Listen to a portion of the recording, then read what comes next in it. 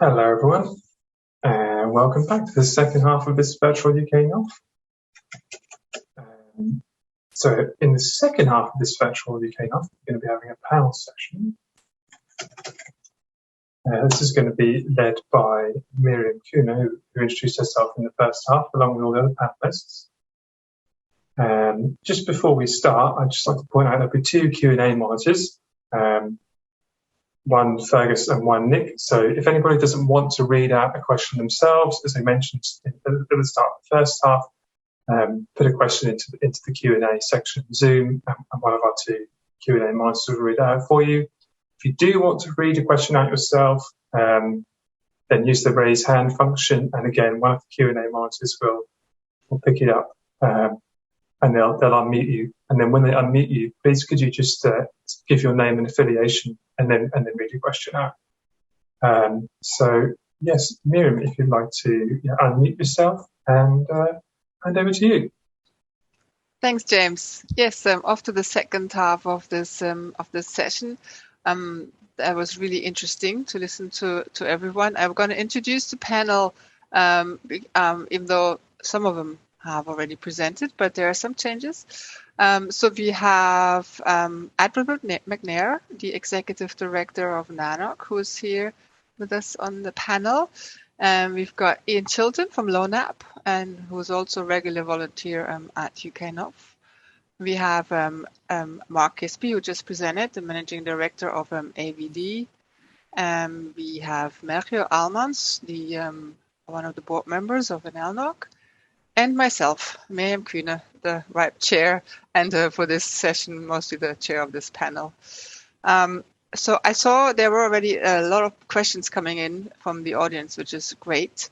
But maybe I can kick this off with one question while you're all thinking about what you would like to ask the panelists during this hour.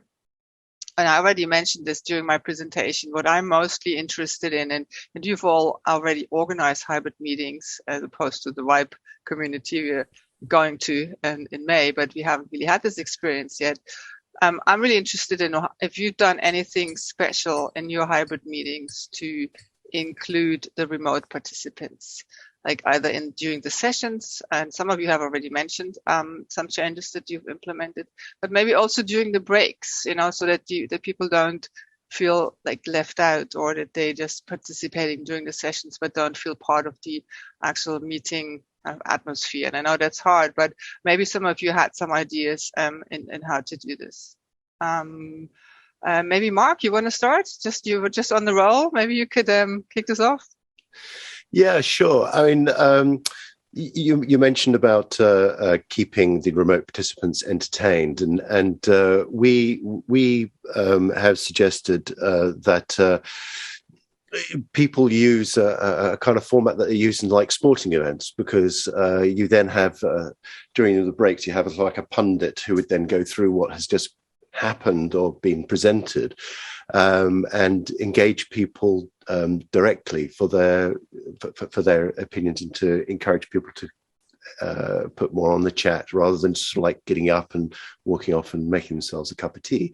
So it's like it'd be more like a sports event, because the commentator isn't the pundit, and the chairman isn't the pundit, and the chairman wants a break. So you have this sort of like this special group of people who would then run and maintain the online audience. So that was something that we thought would be a good idea. And it was the only reason why it hasn't actually been implemented as yet is obviously there's a degree of cost involved with that, because you've got to have a second chairman, and then you have a second studio and all this kind of stuff. So, but I reckon that would be a good way of doing it. Oh, that's interesting. Yeah, I was also thinking if you could have a little coffee area during the breaks, with a camera and a screen where people kind of hover around there and have a chat, and then people could watch, and then you almost have like an interaction with the remote. Has anybody, the remote participants, has anybody experimented with this? Maybe at NLNOG, Melchior? We have not had a camera walk around in the room, but I really like the idea, especially outside of the meetings. But as I mentioned in the presentation, what we did is make sure that remote presenters, for example, would also hear the audio from the room. That definitely helps for the presenters. And as for attendees, as I mentioned, we used GatherTown. Obviously, that doesn't integrate with the breakout or the room during the break itself, but at least it gives a feeling of being part of something, and you can really interact with folks. If you walk up to someone, the camera starts working, you hear audio, and so you can really walk into a conversation. That definitely helps a lot. I think that it would be good to get more ideas on how to mix hybrid, especially outside of the meeting during the break. So I like the idea of having a camera walk around. That's a good suggestion. Any other tricks and things you've been doing? Maybe Edward, did you? Well, at NANOG, we have a couple of events that happen during our breaks. There's the Women in Tech, there is newcomers, and then we also have a few others. So what we did was, in our first virtual event, we had a speaker right coming up to the break, for example, let's say Women in Tech. And then a discussion happened in room for people who are attendees. And then we had separate breakouts in Zoom where we would have people who were part of the program committee in those rooms and supporting those discussions and conversations that were happening in Zoom. And also the same thing was happening in person. We had thought about trying to combine them, but it just was really awkward.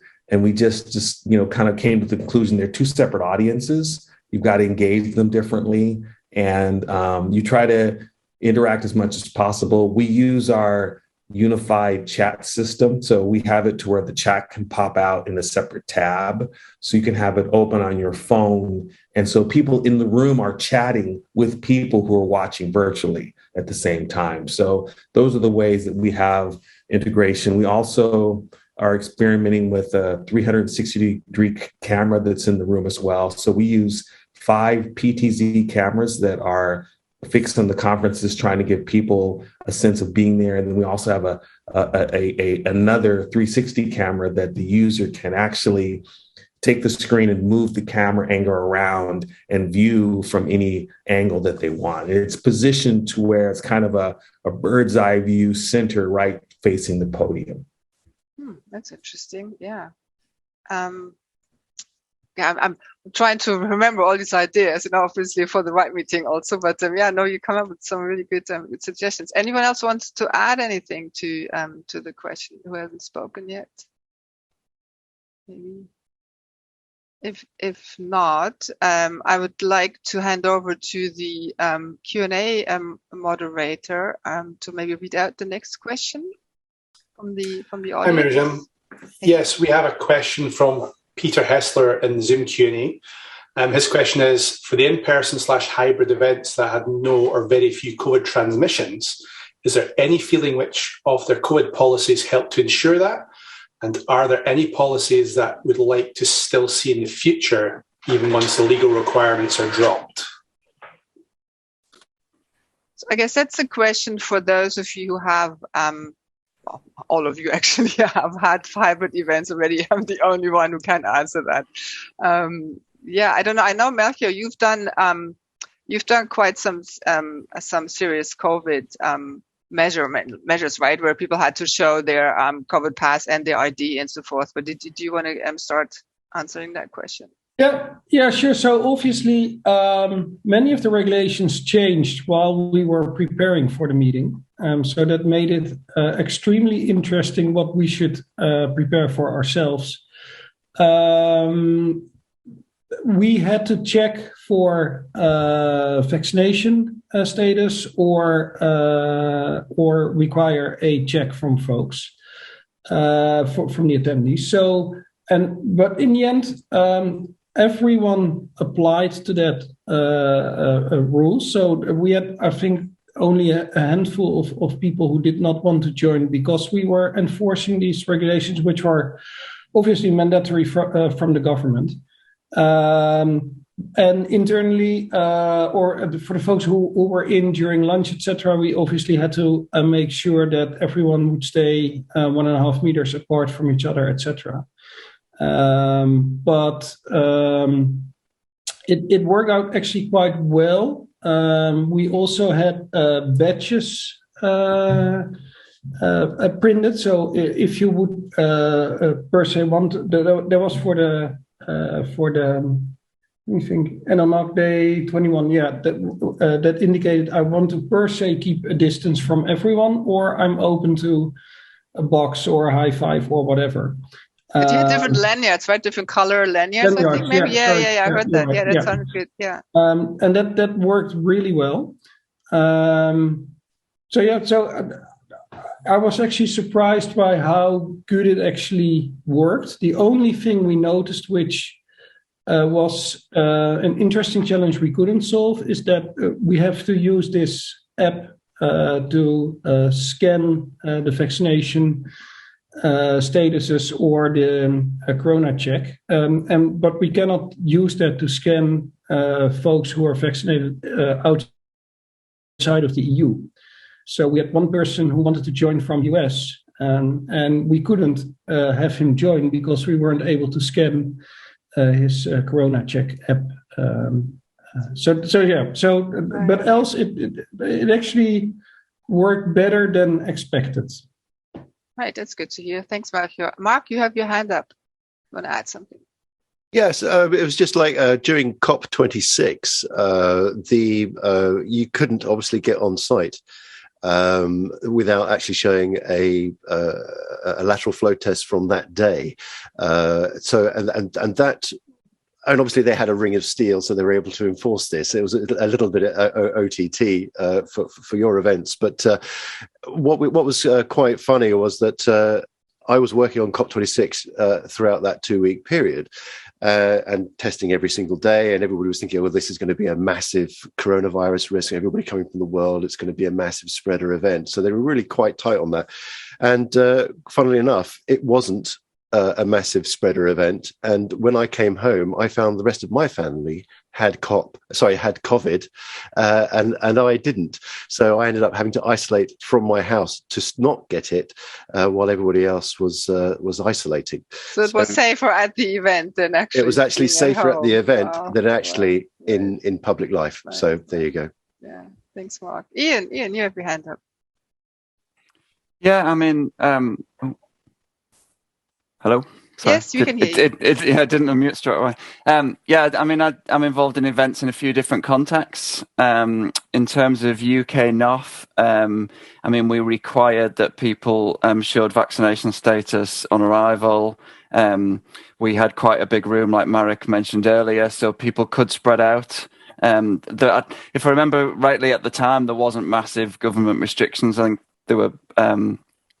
it certainly wasn't lockdowns. It was quite loose at that time. So we did allow people to sit closer if they wanted to. We didn't kind of enforce that stuff. I think the emails that went out pre-event recommended that people wear masks, but again, some didn't, and we didn't kind of police that, if you like. And I mean, to go back to Peter's original question, which was, do we know which measures worked and which don't? And the answer to that is strictly no, because obviously we put some measures in place, but we didn't test them in isolation. So how do you know what worked and what didn't? But yeah, obviously we asked people to stay at home if they had any symptoms and not come to the venue. We had different colour stickers that people could put on. So like a red, I don't want a hug kind of thing. I think there was a middle one that was like, I'm happy for a handshake. And, so we had different level, or green that I'm happy to do whatever. So we kind of had some indication what people were willing to do. And obviously the kind of, let's say we had a big room in the venue and they had good extraction, from an aircon point of view. So kind of there was kind of various measures and safeguards in place, and but we pretty much left it up to people to be sensible as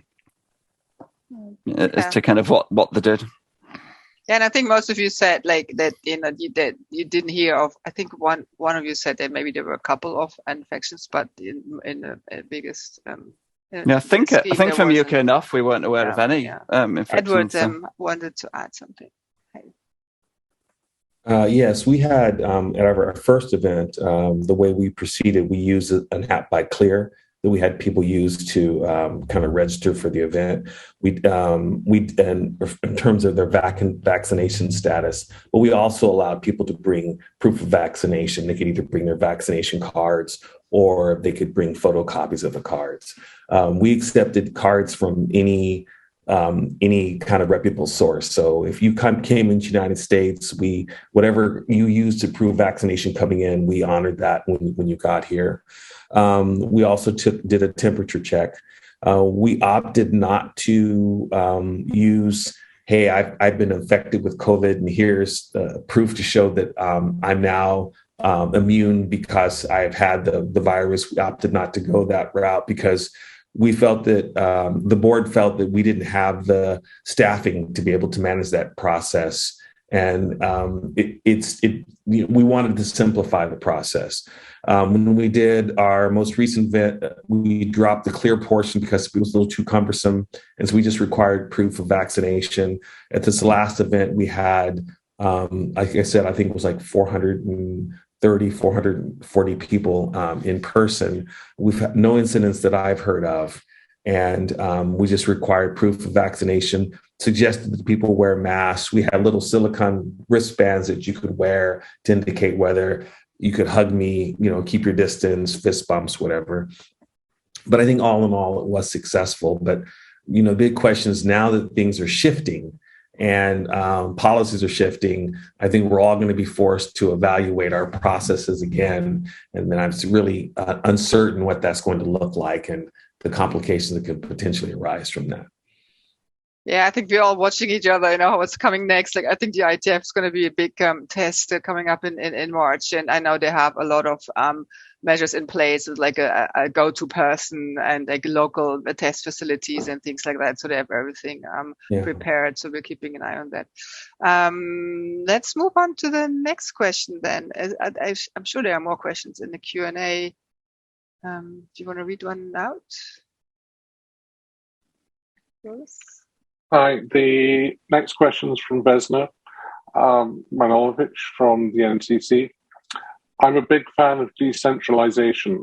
I think organizing local hubs would be engaging and beneficial for the feelings of belonging in the community.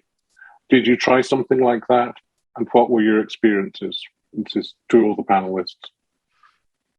Yeah, that's a good question. Maybe I can just jump in quickly. I know that some of the regional, like the NLOG meetings, for instance, in the Eurasia meetings, like Russia and Central Asia meetings, they had experimented with this, even still quite in the pandemic, and they had like an online meeting with I think 3 or 4 local hubs where people would meet in the local university, for instance, and they would then join with one link basically to the central meeting, if you will, and that actually added a nice atmosphere, added to the liveliness and to the atmosphere of the meeting, and people were actually in the room, even though they were all together on one small little, Zoom screen or like we have here. But it was a nice addition. So yeah, I'm also curious if others have experimented with that. Anyone?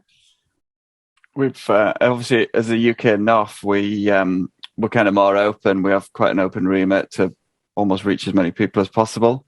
But like Marek mentioned earlier, we do have some kind of local events, Net Manchester, Net London, which started as just people meeting in the pub, effectively giving a few presentations, having a drink, that kind of thing. And then through the pandemic, they initially started doing their own online things, and then partway through, they felt it'd be better to come together. So there's now a combined Net London, Net Manchester once a month online. Obviously, the vision there is to go back to local events because that was the point of them. But yeah. Thanks. Yeah, and Mark, you have your hand up. Do you want to add? Yeah, I think it's sort of like the local aspect of the hybrid event, I think, is very important. And I think it will be a very important part of events going forward, the decentralization, especially where we are. And I'm based in Fife in Scotland. And you have island communities and, sort of like, it can take sort of like days to travel to attend an event. So to have sort of like a hub in Orkney or in Shetland as part of a sort of like a wider group that is part of a hybrid meeting, but not just a virtual meeting. And this is one of the reasons why it's going to be difficult to put virtual and hybrid back in its box post-pandemic, is people have seen how easy it is to participate and to attend, where beforehand it would have been either too expensive or just basically not possible, through childcare or cost or, any number of things. So yeah, absolutely. Decentralization of events, and a virtual event is an example of a decentralized event anyway, because everybody is in this event is contributing from all over the country. So the nature of them is, by their very nature, they're decentralized. Yeah, that's a good point. I mean, I think most people are still, struggling with the social part of the event. I mean, it's a lot of the, both social but also business interactions, that they're easier to make in person. But yeah, I mean, as much as possible, I think. And we've been doing this. Edward, you have your hand up. Oh, you're on mute.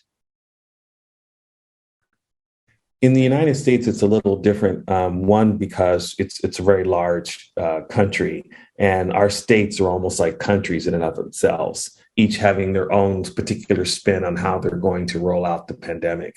So it doesn't really, it hasn't really kind of spilled out in terms of little local participation, which I wish it would more. I know that when the pandemic first happened, we had our first virtual meeting. There were a few groups that did little kind of viewings in a central location to participate in the event.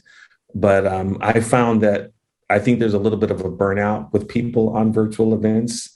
And so we're finding that our YouTube audience is increasing a lot more. So we're finding that our virtual groups have kind of dropped a little bit. But as soon as we post those videos on YouTube, immediately there's all these people jumping in to try to watch those videos at a time when it's convenient for themselves. So it is a bit of a challenge in how we move forward in hybrids. We're trying to figure out ways that we can promote them and focus not just on the event, because our conferences are 3 days, focus on the promotion of key talks and try to get people to engage with the community live in those key talks. And hopefully they'll try to participate in other parts of the conference as well. Right. Yeah, thanks. Mark, did you want to add quickly something before we move on to the next question? Yes, I did. Edward highlights a very good point there, is that there's usually sort of like a big cost to providing a hybrid element to an on-site show. And usually people look at that and they think, oh, well, we've only got like 40 online participants. Is it really worth the extra several thousands of pounds to provide that service? And Edward answers this and saying, yes, it is, because basically you can't divide it by the number of people who are watching live. You've got to divide it by the number of viewers you're going to get from the content you've created as a result of it. So something that people don't realize is just how much it's going to add to the cost to have a hybrid event, because it will add quite significantly to the on-site costs when you start doing these events, because you've got twice as much kit on site, because you're effectively providing for two different audiences. Yeah, it's a very good point. That's what I also hear people say. It's almost like organizing two parallel events. The one in the physical one and the online one. Ian, you have your hand up.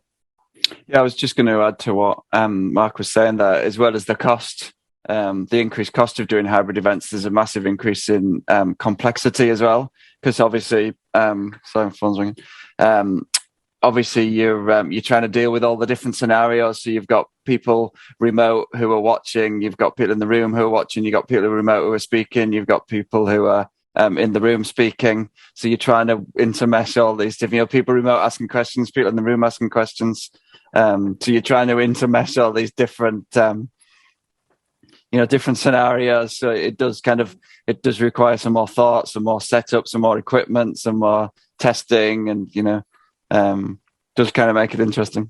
But obviously, you are reaching a wider audience than just people who can travel to the event. It's a lot more. It's a different complexity than in the past, where we just kind of have a live stream. Yeah, you put some mics through some speakers in the room. It's a lot more involved nowadays. Yeah, Edward, I do want to move on to another question, but you have your hand up and you are muted again.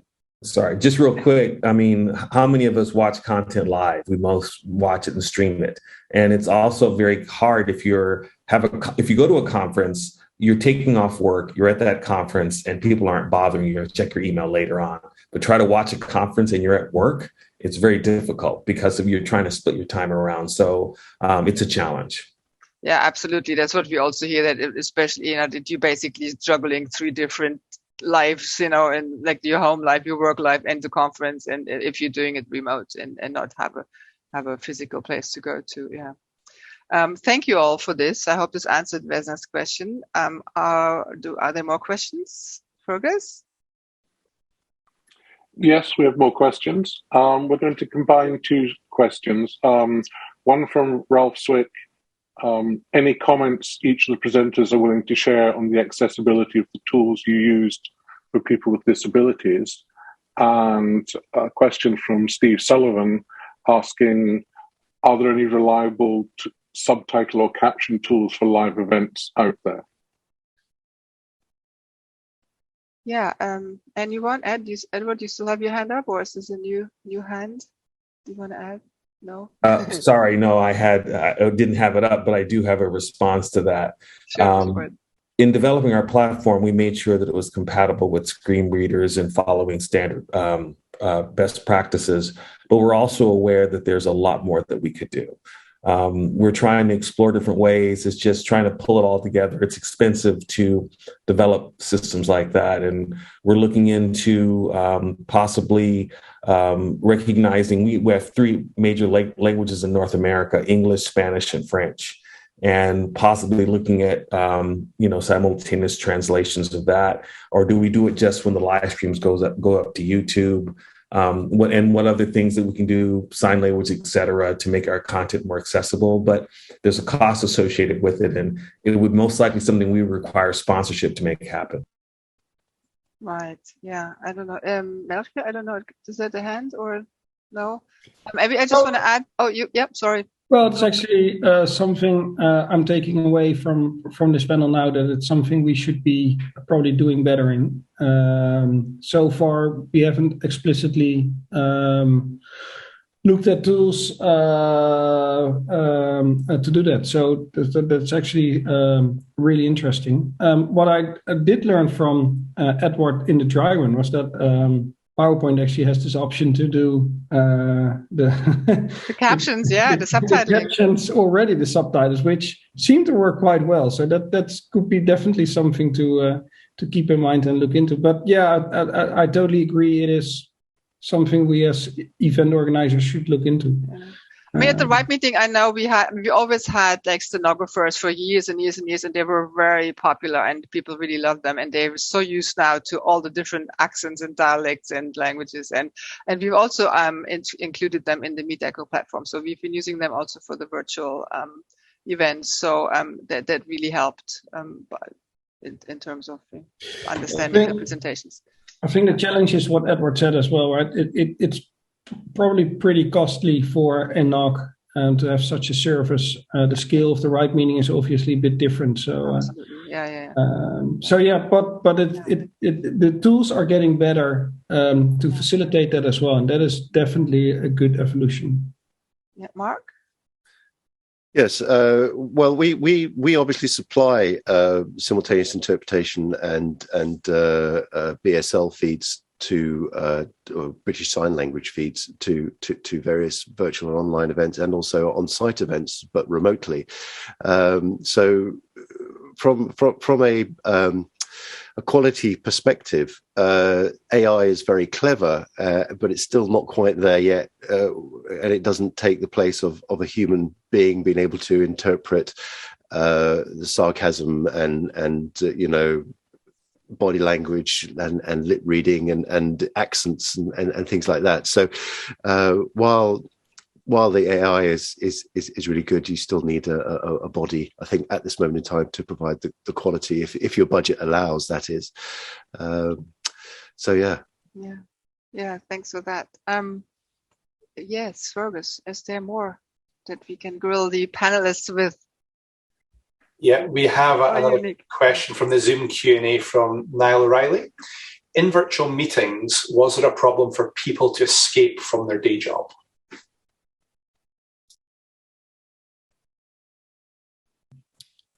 Sorry. No, go ahead, Melchior. Oh, good. Go for it.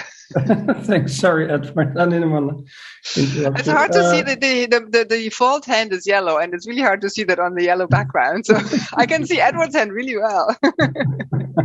But go, Melchior. No, go for it. Yeah, so we've noticed that we have quite a solid group of folks attending NLNOG Day, for example, and they did attend, especially as I mentioned, because we made the programs shorter, that we had more people attending and staying online. But coming back to what was said previously, obviously the majority will either join for. You see the numbers dropping during the event of folks watching the live stream. And as I said earlier, the majority will obviously watch everything on YouTube at their convenient time. But yeah, we actually saw quite a few folks hanging around during the day. But the question is then, is it more background noise to what they're also doing in the same time? I cannot imagine, if I look at myself as well, to focus on an online event the whole day. So I think it shifts indeed, as what Edward said as well. Many of the presentations will be watched later on when they're on YouTube available. Yeah, Edward, do you want to add something to that? Yes, and echoing what he said, what we found in looking at the numbers, that they were rising and falling based upon the talks. There was an average, but the people who were watching, some were coming in, some were coming off. And it was really driven by content. And I'm also sure to some degree by availability of time. And that's why we're going to experiment with the next event in trying to promote the virtual event. Once the talks become available, those things that look interesting, saying, tune in to this time, be a part of the discussion of this particular event. So trying to encourage, why would you want to watch something live? It's because you want to interact with other people. One of the worst things is when I watch some of my favorite shows, I'm streaming it, is I want to talk to someone about it. So how do we get that enthusiasm to say, hey, this talk's going on, you're going to want to talk to other people in the community about it, do it in real time. We have a discourse server, not Discord, discourse. And we're going to look at how we can leverage it to where, instead of using YouTube for comments, embed those videos in our discourse server so that people can continue to comment on them, ask questions and feedback. And so it still stays part of the community in the long term. Right. Yeah, that's really interesting. Yeah. Ian, you want to say something to that? Yeah, I was just going to say it works both ways. So, personally, I find if I'm in the room, it's kind of much easier to concentrate on and engage with the talks. You've traveled there, you've physically sat in the room, you've blocked out the time in your diary. I'm at this event on these days. Whereas online, it's kind of very easy, to think, oh, that looks interesting. I'll sign up to that and I'll join that. But, you're also then trying to do your day job. If you're busy, you kind of, you haven't got time to block the day out, maybe in the same way you would to travel to an event that is kind of enforced. But obviously it then works the other way. You can sit in the room and you can open your laptop and you can start typing away and realize you're not engaged with the talk, or you can sit at home and really enjoy that talk and focus on it. So it kind of works all ways. But obviously by doing the hybrid events, you are opening that audience up to more people. There's people who can't make the event or couldn't travel there for one reason or another, be it cost or be it the rail on that day or be it whatever, that can engage. And the same with speakers as well. I spoke on at one of the NLNOG days, and I did that from here, without having to travel to Holland or whatever. So it kind of opens your pool of speakers and content as well. Yeah, that's true. Yeah, I think it all comes back again to how to best integrate or how to best facilitate participation and not just watching and consuming, but really trying to integrate remote participants as well in the discussions. But you're right, to be honest, we're all sitting in events, also opening our laptops and doing our day jobs at the same time. That's true. Mark, I think like Melchior mentioned as well, obviously, if you can put them on YouTube afterwards, then people can go back and watch them later, which is also really handy. That's true, yeah. And we have another issue too. A lot of people come to NANOG meetings to do business. And so some people are actually not in the room at all. And they come to me, when is this going to be posted so I can actually watch it? I missed this talk because I was in a business meeting. Yeah, and during the breaks or outside in the hall, exactly. Yeah. Mark, you have your hand up. Yeah, there's a whole vocabulary that was associated with pre-pandemic events or sort of like non-virtual events, in the room events, and you used to be told to switch off your phones. Nobody would tell you to do that, would they now? Weapons of mass distraction, they were termed as, so I think hybrid events will get their own vocabulary as time goes on and as we learn more and as they become a little bit more settled. And we're still in this period of flux at this moment in time, but it'll settle down and we'll be able to understand a little bit more of the dynamics involved. Yeah, there was one question I was going to ask you, but I don't think that's really still relevant. I was going to ask if there's anything, if you say this pandemic is all over and we can all travel again. I mean, are you planning to go back to how you've been running meetings before and just basically streaming or doing, focusing on the physical event and not on the remote? Nobody said that so far, but I'm just curious if you're thinking of that. Ian, well, as an equipment supplier, we supply equipment to, if you want it in room or virtually or wherever you want, we'll just say, whatever you want, and we'll make it happen. So, but I do perceive that there is a hankering, obviously, to get back to in-person events. We're getting more inquiries for in-person events. We've had some customers who say, absolutely in-person, no remote. I want them in the room.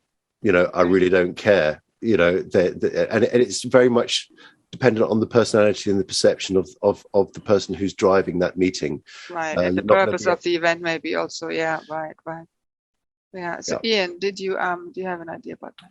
Yeah, I was just going to say, I think the intention is to keep going with hybrid events because from like I said before, it does expand the audience, it does expand the speaker pool and the content available. Obviously, in some ways, the preference is to have people in the room because then you get you get better engagement. It's kind of better for sponsors in a way, and kind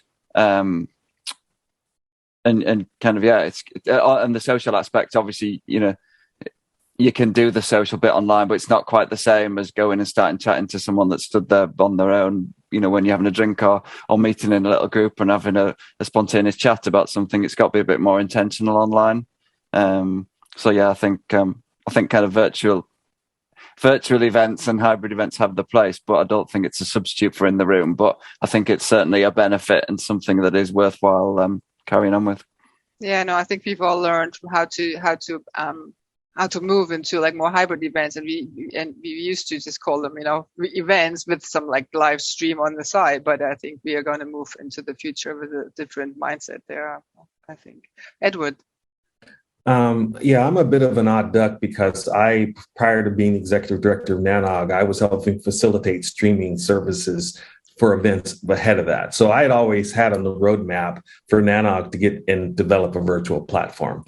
COVID just pushed it to happen sooner. So you were lucky. Yeah, I was lucky. But then also, I think that it's a matter of options and choices. You want to be able to reach as broad an audience as possible. And there are some people who cannot come to events. And there are some people who, for example, I think that our virtual events would be a great tool for reaching underserved regions and for people who couldn't typically come to an event. And so I'm hoping that eventually, once we get these things worked out, we use it as a tool to market to those people who specifically cannot come to events and to make it very accessible to people to participate and to be a part of the community. So that's that's our ultimate goal with our virtual platform. Absolutely, yeah. Thanks for that. I don't know. I don't keep track of time very well. I don't know. You guys have to help me in the background. You're moderators. I think we have time for a couple more questions, maybe. We've got about 15, just under 15 minutes. Okay. I'd like to combine a couple questions again. First one is from Craig Gallen from Open NMS. We enabled some fun remote hackathons using Minecraft with audio to provide a way for people to meet in rooms using their avatars. We created a virtual NOC in Minecraft with real data showing on the walls. This was a bit more fun than Zoom. We also did some hybrid hackathons using a presence robot, iPad on a Segway, to allow remote participants to walk around the hack and meet people. Has anyone tried this sort of thing to liven up meetings? And second question from Ralph Swick. Many and most of the meetings described appear to primarily use prepared presentation format. Can the speakers talk of any experiences with hybrid collaborative, e.g. working group meetings? I think to come back on the first question from Greg, the lessons learned he shared in his question, that would make for a nice talk at many of the NOCs, because there is some interesting things in there. So I think you should present it at any of the NOCs. We haven't tried such things yet, but I would definitely be interested in hearing more on how to do that. Yeah, and on the second, I don't know, Edward, do you want to add something about this? The first. Yes, I think that the tools are interesting. I think they're a little bit immature right now. They're still in the early phases. I think they'll get there. But I think right now they tend to, this is my opinion, they seem a little gimmicky. And I think that we're not quite there. But I think ultimately there will be tools that we can use. My other concern is it allows another layer of abstraction from your audience and on who you really are or who you really aren't. So I think there could be some potential issues there. I mean, the anonymity of the internet makes us behave badly as it is. We can also obscure who you are physically. That's a whole nother level. So those are concerns I have in terms of diversity, inclusion, equity, and belonging. So that's actually a good point you bring up there.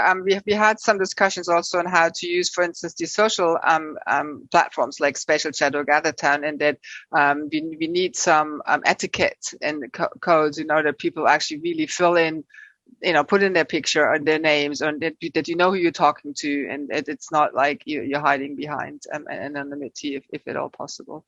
Yeah, that's a good point that we need to take into account, I think, moving forward. Mark. Yeah, I just in terms of sort of like Minecraft and incorporating Minecraft and things like GatherTown and things like that. As an industry, the IT industry is fertile ground for that kind of participation.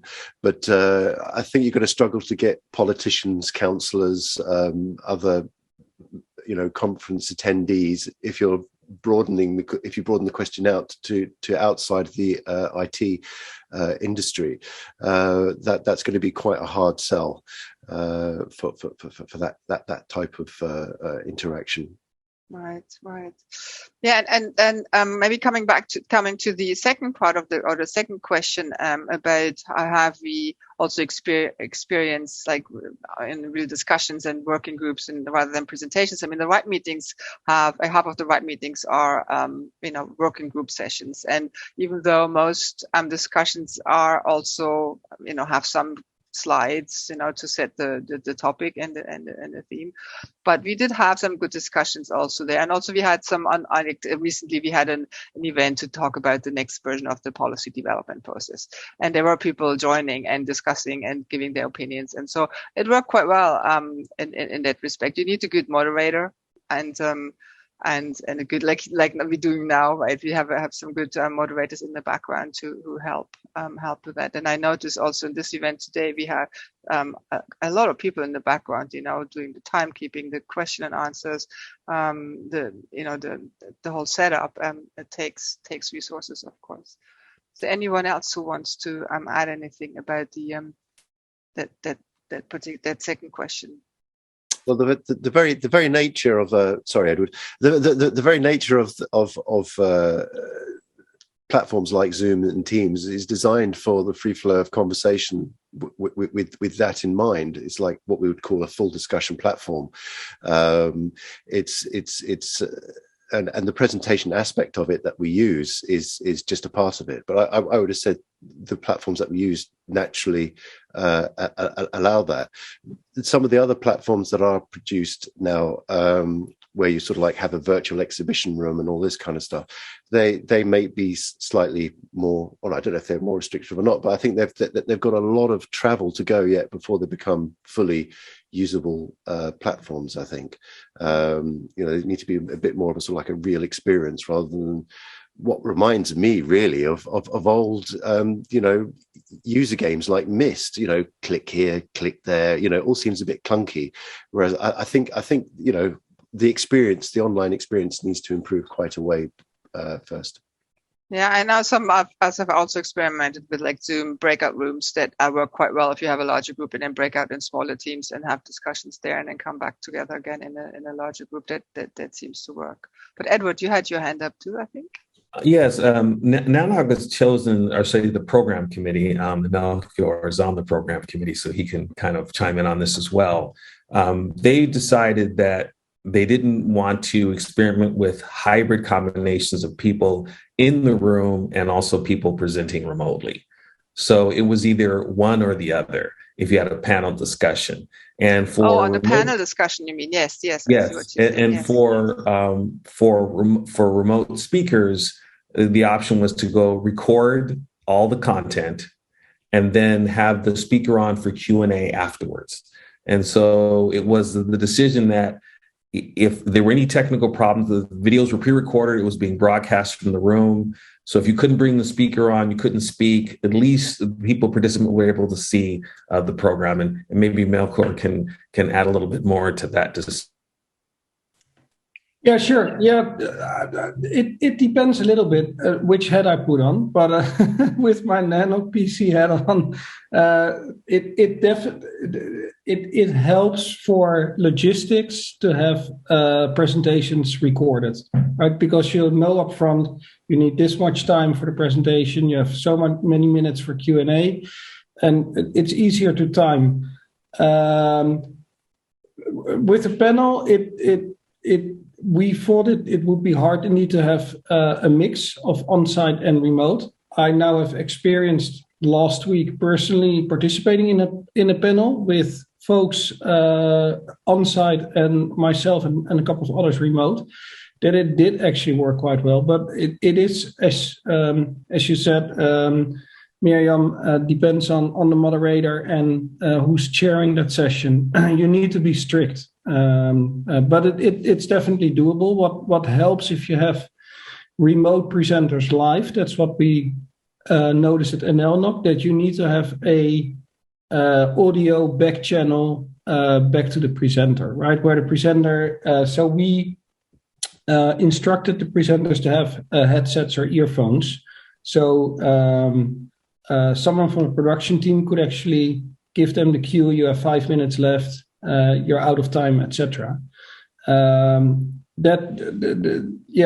it requires much more coordination to do it live. But yeah, I think now that we have some more experience I think many of us noticed that it does actually work quite well, even mixing remote and on-site, etc. So it's a learning experience, but I think we'll definitely see that happening more now. What I really like about the option for folks to participate remotely is that it's much more easier, as mentioned earlier as well, that for people who are not able to travel that easily, to not only watch the live stream or the presentations, but also participate, right? There's many students, for example, who are working on really interesting topics who are not able to travel.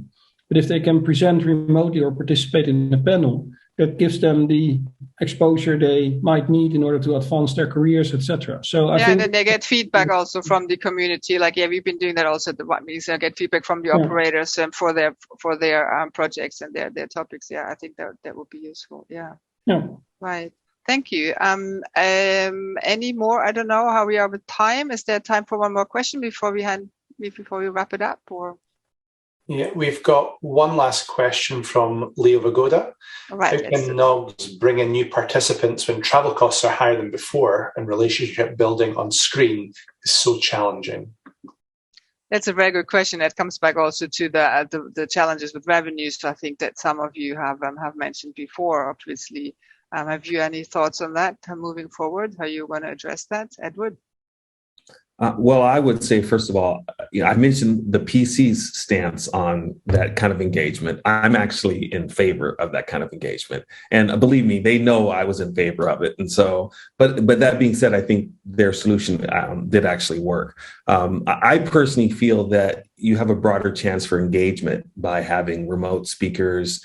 It gives you a chance, people who maybe couldn't attend the event either can pre-record content or can give that content live from a remote location. And in fact, I think that is where we benefit most from remote participation, is from the speaker side of things. So I think that we're going to be experimenting with a lot of different things as we move forward. I think we're going to be learning and growing and delivering a better experience for our community. Right. Melchior, did you want to add in something about the financial aspect? Well, first of all, totally agree with Edward on giving as much options as possible for people to present. What we've at NLNOG did in the past is, if we thought someone had a really interesting topic or presentation but couldn't afford to travel, that we would help. I think that is something we will continue to do, even now that plane tickets might be more expensive. But I think it's also a duty of the NOGs to especially help students or younger people in their careers. I mean, if you are working with a large vendor or tier one, etc., you can probably travel, but especially folks starting out in our industry or even still in college or studying, if they have something really interesting to present and speak about, then I think it's your duty as a NOG to help them as well. And I want to apologize. I must have sounded like a politician skipping over the answer. And that's not what I meant to happen. In fact, the NANOG board is in the process of approving funds that the PC will have to use at their discretion to be able to have people come to the meetings as they see fit. So yes, that's very important to us. And sorry for skipping past that. Oh, no, don't worry. No, you said something. You answered them. You made some useful comments anyway, but I was actually going to add something there, because I know also, like, some of us in the right meetings, and we have fellowship programs as well, both for students and also for general audience who can ask for a fellowship. And we'll have to see in the future how, if you have to up the budget for that, if travel cost is increasing indeed, and as we're already seeing now. Edward? Yes, and we have an NCI program where a college professor can bring up to 5 students to a NANOG event. So we have anywhere between... NCI? What is that? NANOG College Immersion. Oh, yes. And so we're looking to expand that program if possible. But our goal is to get as many students as we can involved, because our industry has a problem that there are not enough people to fill the jobs.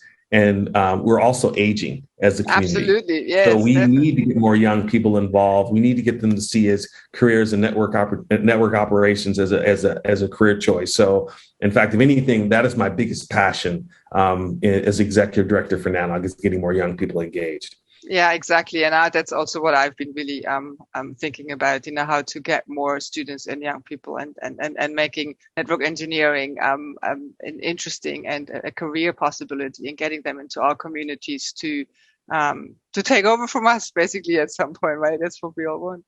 Absolutely. And I think the problem is young people use the internet like they use electricity or they use water. They don't think about where it comes from. It's just there. Right. But, if the water shuts off, they really pay attention to that. But you can dig your own well. But in terms of the internet, it's a system you have to connect into. Yeah.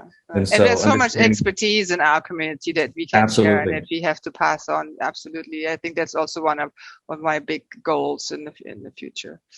I think we're out of time. I see Keith came on. So do you want to, I want to thank all the panelists for their really engaging answers and discussions. I really enjoyed that.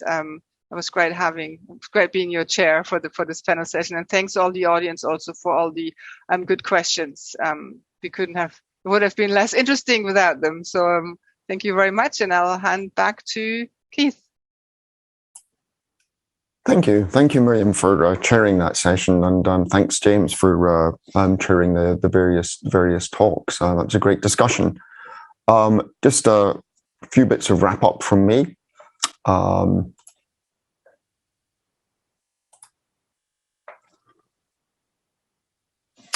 And yeah, there's a lot of people to thank. I mean, as the panelists mentioned, when you're doing a hybrid or online event, it actually takes a lot of resources, both in terms of volunteers and managing the volunteers and funding it all. We're able to have UKNOF meetings because of all the people that help and support. So Keith, I would particularly. Keith, did you mean to share your screen? I am sharing my screen. Yes. Okay. You're sharing. Okay. I don't know what you're planning. You're not sharing slides. You're sharing all kinds of stuff that's on your screen. Oh, okay. Sorry. Yes. Thought I better tell you that. Okay. Yep. Oh, that's not what I intended. Okay, sorry. Shared the wrong screen. Give me 2 seconds. One of the things that happens during all of this is that you add screens to your desk and then you get confused about which one you're sharing. Okay. Things went so smoothly until now. Something had to happen. Yeah, and it had to be me. Okay, you give me one thing to do. Anyway, so yes, now that I'm sharing the correct slide, I just want to go through the thank you to everybody. In particular to our patrons that have committed for 2022. We hope to have some more. Your name could be here too. But in particular, I would like to thank Flex Optics, IP4 Market Group as our premium patrons, and Hilco Stream Bank and ISC as our promoter patrons. I'd also like to do a special thank you to Internet Systems Consortium for a one-off donation that they've given us, which has basically allowed us to bridge a challenging financial gap between UKNOF 48 and 49, which has meant that we're able to commit to and go ahead with 49. All the friends of UKNOF, all the individuals who give us a monthly chip of their beer money, our partners, Bogons for the webcast production today, and also Portfast for the in-physical meeting connectivity, all the committees and everyone that works for them, and the crew for today's meeting. And that's not just the on-screen people that you have seen, but also the off-screen people like Steve Kerminsky, who's been busy tweeting away. And all the speakers and panelists. Again, it's not just a case of them showing up. They do things like rehearsals and planning. And I think it was a really good discussion today. I think we all learned some things. So